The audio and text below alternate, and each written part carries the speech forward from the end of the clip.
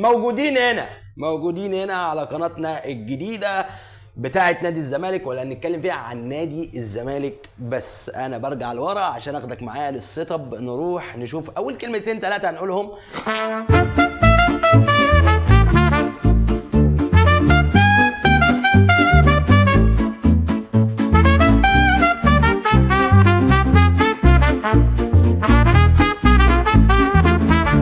وصلنا السيت اب، وزي ما انت شايف هو ده السيت اب بتاعنا. انا مش هقدر ان انا يعني انا وريتك نبذه مختصره عنه، يعني ده المكان اللي ممكن نجيب فيه حاجه لنادي الزمالك كمان شويه، بس ان احنا برضو بنقدم حاجات لاوروبا في القناه الثانيه، فمش هتقدر انها تفضل ثابته، فلازم حاجه تبقى متغيره.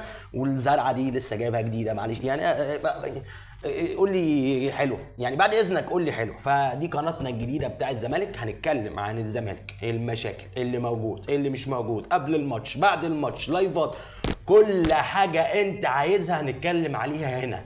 فبعد اذنك لاشتراكك، لايكك، ظبط حياتك عشان ده اول فيديو لينا، وان شاء الله تشوف حاجه من هنا زي الفل.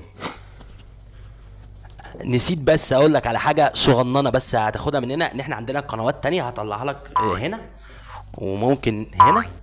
فيعني هي زمانها طلعت قدامك دلوقتي القناه بتاعنا، فانت هتلاقي هنا قناه اليوتيوب التانية اللي بنتكلم فيها عن كل حاجه، هتلاقي قناه جاكو اللي بنزل عليها ريلات، هتلاقي قناه تيك توك اللي بنزل عليها برضو، وهتلاقي قناه انستجرام، ويعني ممكن بقى يعني فيسبوك يدخل معانا قريب، بس يعني حلو قوي كده لحد دلوقتي لحد ما ندخل في اللي جاي.